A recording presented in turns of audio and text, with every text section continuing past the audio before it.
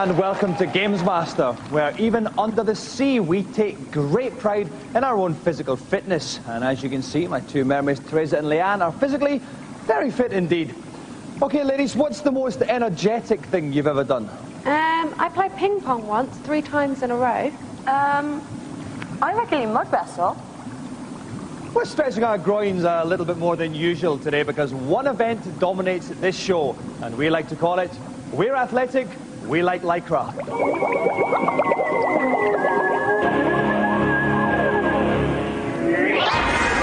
For today's event, we're going out on the track with athlete kings on the Sega Saturn. My 2 celebrity contestants will be competing over 4 separate events. The 100 meters, the long jump, the 110-meter hurdles, and finally, the javelin. Points will be awarded for each competitor's performance in accordance with athletic practice. And the winner will be decided by the overall points accumulated rather than by individual events. Button backing plays an important role in the game, and I'll be watching out for the contestant with the most feverish fingers. Okay, with us today we have 2 blokes who are more familiar with Lycra than Larry Lycra and the Lycra family who make the stuff. Please welcome John Regis and Tony Jarrett.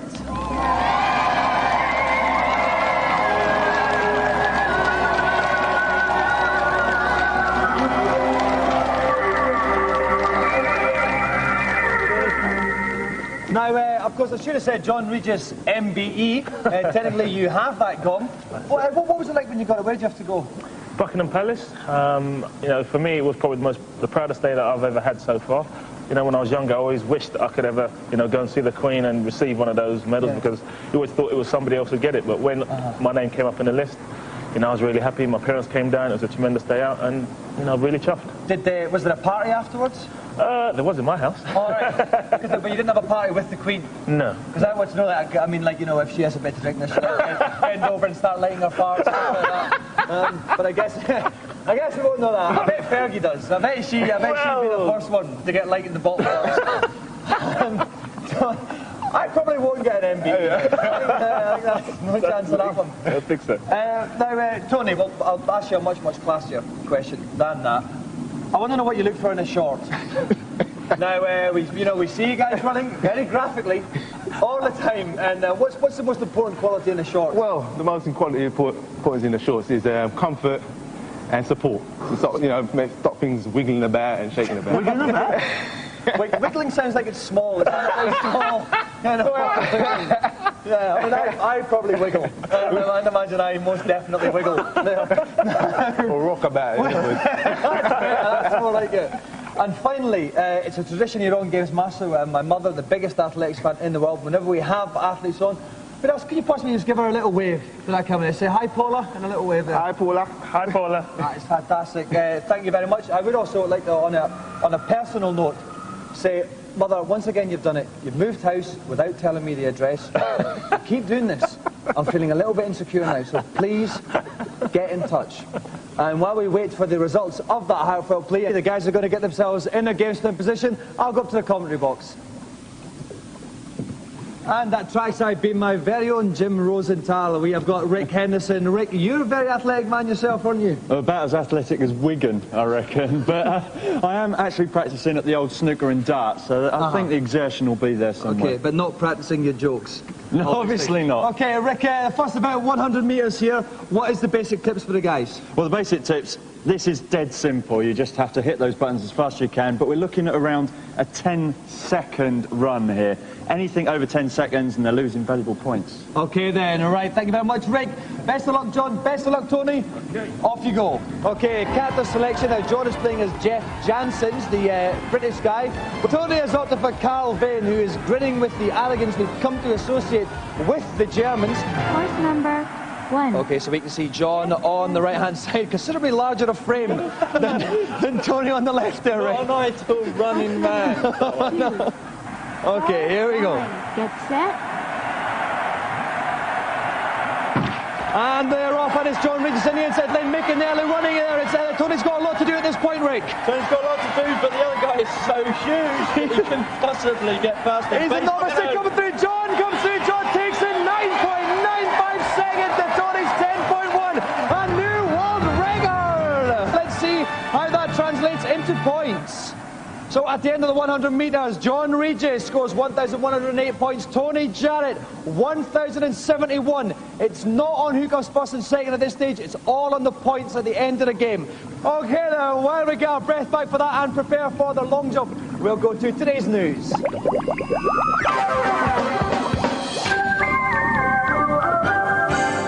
The latest instalment of the world's second most successful fighting game, Virtua Fighter 3, is in arcades now. It's the first game to utilise Sega's Model 3 technology with the most realistic graphics of any game ever. New features include more complex undulating backgrounds for tactical play, 2 new characters, Fat Boy wrestler Takarasha, and the painfully named Oi! And there's also a host of new moves for all the existing characters. We'll be having an event later in the series on this game which will blow your thingies off. If you woke up this morning and thought, how did they make those special effects in Independence Day? Then whoopee you! There's a CD-ROM all about it, inside Independence Day. The disc features over an hour of footage, allows you to gander at the £50,000 model of the White House they blew up, see the early drawings of the alien ships, drawn by me, even put dull questions to the stars. Hello. And if all this isn't enough for Independence Day junkies, there's even a preview of the Independence Day game in development, which will probably be cack. Americans, what will they think of next? Playing games with our bodies, that's what. It's all thanks to a new virtual reality attraction called Mandala. A video game camera in the system tracks your movements, allowing you to interact with the rubbish in-game graphics. The 30 Mandala games include basketball, a crossy shooty footy game, a bizarre emu volleyball match, and a racing game you control by moving your head. Mums can do keep fit, and even grannies can do mad things with woodland creatures. Americans, your snooker loopy nuts are we.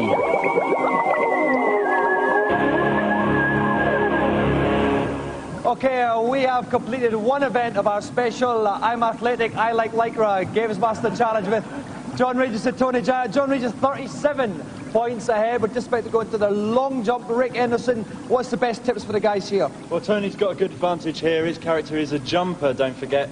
But the best tactic is basically press that button when you're in mid-air and it will extend your legs, giving you better reach. OK, and what angle should they be looking for a jump? Well, they should be looking at up to 25, but I kind of find myself 23 is the optimum angle. OK, then you've always been a bit of a dissenter, though, haven't you, Rick? OK, then it's John to jump first. Best of luck, John. Take your first jump.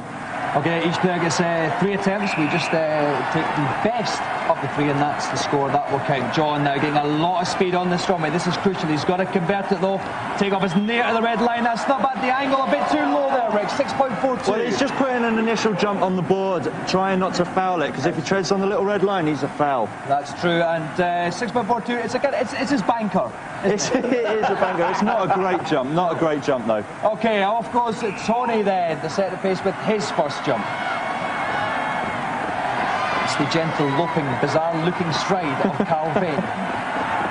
And again, another good approach. This is fast. Again, right behind the line. The angle a bit better, 5.97. Rick, very far behind the line there. Very, very far behind the line. He can't possibly get over the 6.42 that John did. OK, John's second attempt. We want to see then a little close at the board this time, Rick. A little closer to the board, but again, he must not foul. He must not foul. We want to see a 23 angle. We want to see that, and we want to see them extend their legs at the end. That's a brilliant. That's far better. 7.31, as close to the board as he could have been, I reckon, there. All he could have done there, Rick, a bit more speed, maybe. A bit more speed. He should really be bashing those buttons, and the angle was, yeah, it was a little bit low. OK, here comes Tony for his second one. 7.31 is what he has to beat. Tony takes his run up, desperately trying to get that speed up. He's got to go close to the board, he knows. Oh no, that was a little tap there actually. He didn't hold it down enough. 4.88. He won't be happy with that, Rick. He can't be happy with that. That is not going to win him any medals, not in this game. OK. But we only take the best attempts, so Tony's still got one more now. John can really go for this now, Rick. He can really go for this, and we've got the fantastic buttock shot. He's going to make a great imprint when he lands. But it wasn't as long as this other one anyway. 7.28. So John Regis' longest one, 7.31. There's the replay. Rick clearly makes a big mark in the plasticine. Yeah, he could have made more out of that plasticine. He took so much of it. OK. there is Tony Jarrett's third and final jump. Okay, a hush descends upon the crowd. Calvin again with the rear shot here. He's either going to do it or he's going to trip on his face. That speed. It's near the mark. That's good! Yes!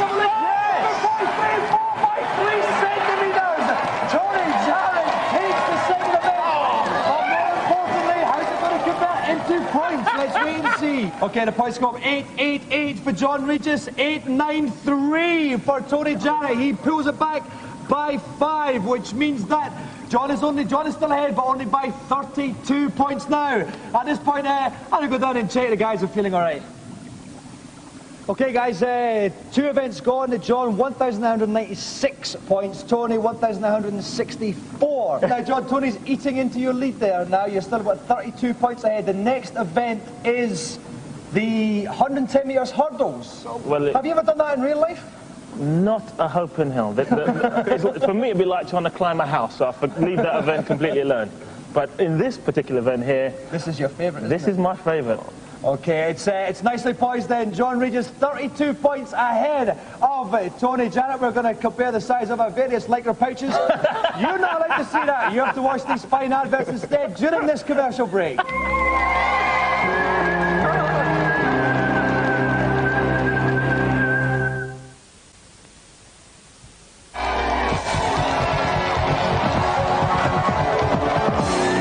Previously on GamesMaster. John Regis and Tony Jarrett took a day off of winter training and they came in to compete in I'm Athletic, I Love Lycra. We have had 2 events so far, the 100 metres, which John Regis won. Then we moved on to the long jump, which Tony won with a spectacular final jump, leaving the score after 2 events. John Regis, 1,996, Tony Jarrett, 1,964. For the mathematicians out there, that's a difference of 32 points. Okay, Rick, we're on to the 110 metres hurdles. As far as buttons and coordination go, what do the guys have to do here? Well, they just have to hit those run buttons as fast as possible, but with their third finger on the C button, they have to hit it. But the shallower they hit it, well, basically to jump over the hurdles, but the quicker they hit it, the less time they depress that button, the shallower they'll go over the hurdles and therefore gain more speed. Okay, would they have to use the third finger, or could they maybe be sensible and use another hand? They could do that, but joypads are very wee. Very wee. Okay then, while Rick retains just about his sanity, then we will go to start the 110 metre hurdles. Best of luck, guys. Take your marks. Okay, off they go. John, furthest away from us on the inside. Tony, closest to us in the lovely blonde hair. And they're off, and they jumped a little bit early. A bit of a crash up the first 2 hurdles, gone crashing. And John's cleared 1. John's cleared 2, 3, 4. John Regis streaking ahead here. Tony's rhythm has gone all over the place. John Regis takes it 30.31.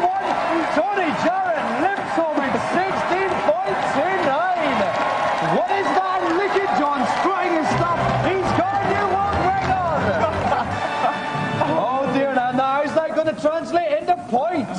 After the 3rd event, John Regis still in the lead, but he's lengthened it. 3,062 to Tony Jarrett's rather wiggly 2,664. While we're trying to attach some kind of robotic limbs to Tony's athlete, we'll find out what's happening in today's feature.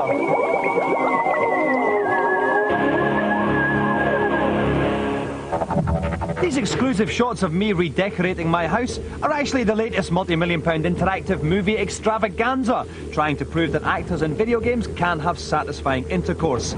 The Darkening is a follow-up to the successful PC hit Privateer. It's a space adventure that's been £4 million in the making. The player controls the main character, Lev Aris, Clive Owen of TV's Chance of Fame, who finds himself in a "my spaceship has crashed, I'm on an alien planet, I've lost my memory" type situation. So he decides to wander around looking cool with a gun until a massive monster appears. See? Told you. Each time the player enters a new scene, they're presented with a host of choices of what to do. Faced with the responsibility of rediscovering his identity and saving the world, our hero slips off to the nearest boozer to meet some of the mutated locals. My role in the piece is a barman, but he's a barman in the busiest bar in space, really. It's a pretty rough old tumbly bar in which almost everybody drops into at one stage or another. So he knows everything that's going on, basically. He's a great fixer.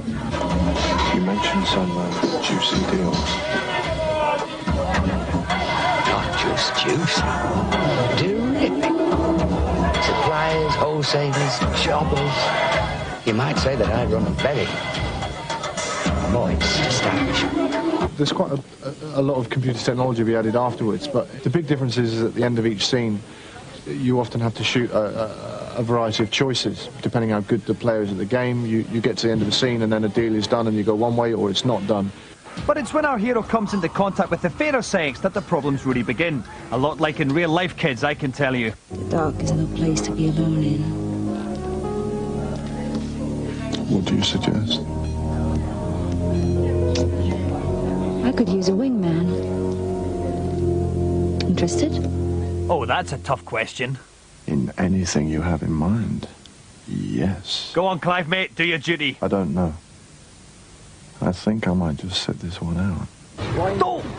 Once you've failed to pull through your utter stupidity, there's nothing left but to get out and prove your fighting skills in the 3D space combat sections. It's only by doing well here and in trading wisely that you can progress through the game. But the real stars are the special effects. The producers have gone sci-fi action doolally bonkers, creating everything from spaceships crashing to fat guys in stupid helmets. All this could just possibly mean that The Darkening, when it's released next month, isn't pish at all.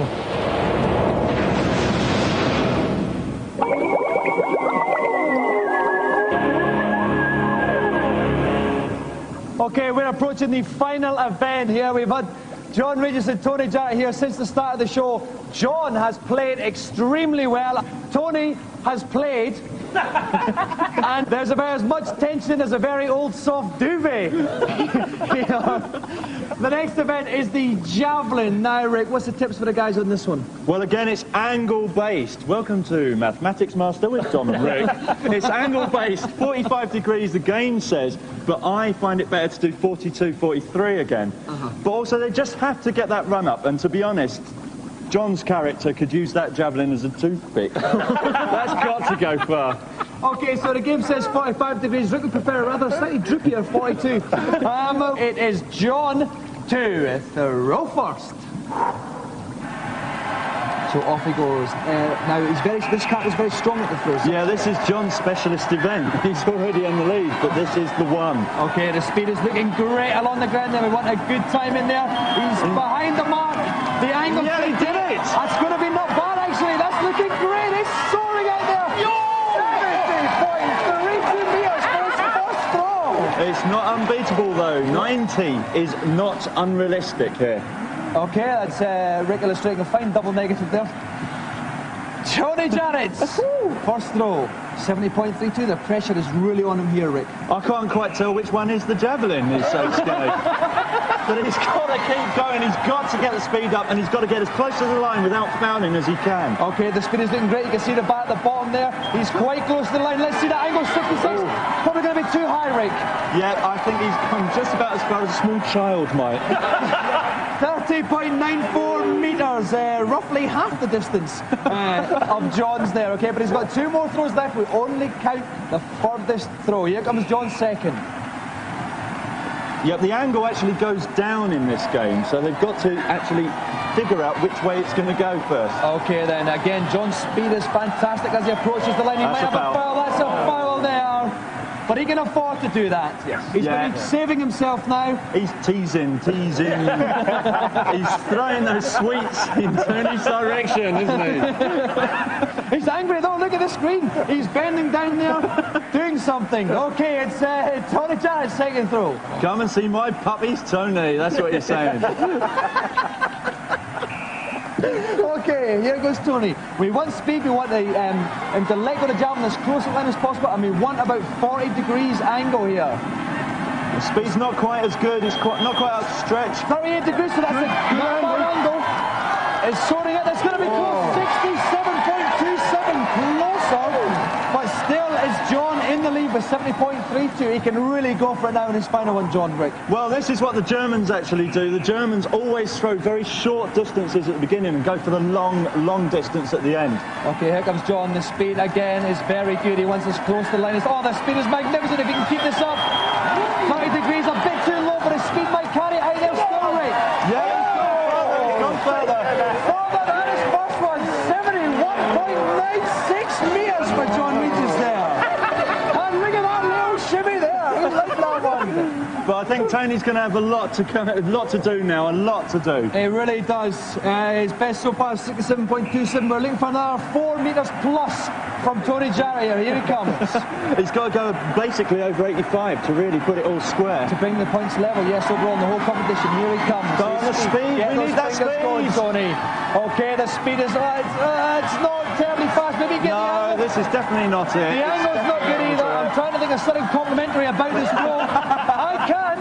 41.93, which means that Tony Jarrett's best throw, 67.27. But winning another event is 71.96. John Regis. We don't need the final points. John Regis is the winner.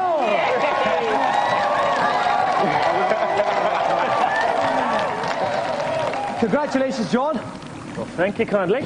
Slightly less congratulations there to you, Tony. How should we put this? Silver again. You've probably got more silver than the Bank of England now. And ironically, it was the hurdles. That was the kind of one that separated the men from the boys today. What happened with that? Did you clear any? Well, no, I don't think I did. I think I performed as good as I did in the Olympic Games itself. I wasn't going to mention that. So, I mean, was it pressure getting to you? Yeah, I think it was a bit of pressure because I know it was my own event. But what I had to do is, because I was the German, I had to make the Englishman win. Because the men, you're going to do that, innit? Don't do that. Lame excuse. Lame excuse. John, were you? I mean, this may sound like a silly question. Were you ever worried at all? I probably wasn't. The only thing I was worried about was balancing on the barrel. Other than that, That's probably because of Tony's comfortable shorts. He needs a bit of room. That's what it is at the end there. He needs Absolutely. We're basically talking, Tony needs a full barrel, if you know what I mean. Well, thanks so much for coming on. It's been absolutely fantastic, guys. It's been a great lunch. Pleasure. Silver goes to Tony Jarrett, but a whopping great gold in the form of the GamesMaster joystick goes to Mr. John Regis. Thank you.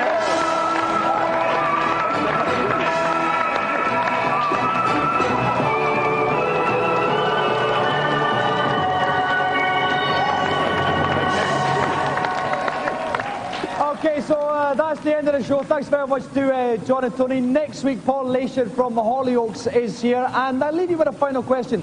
If sprinters are so fast, do they get the runs twice as quick as normal people? Good night.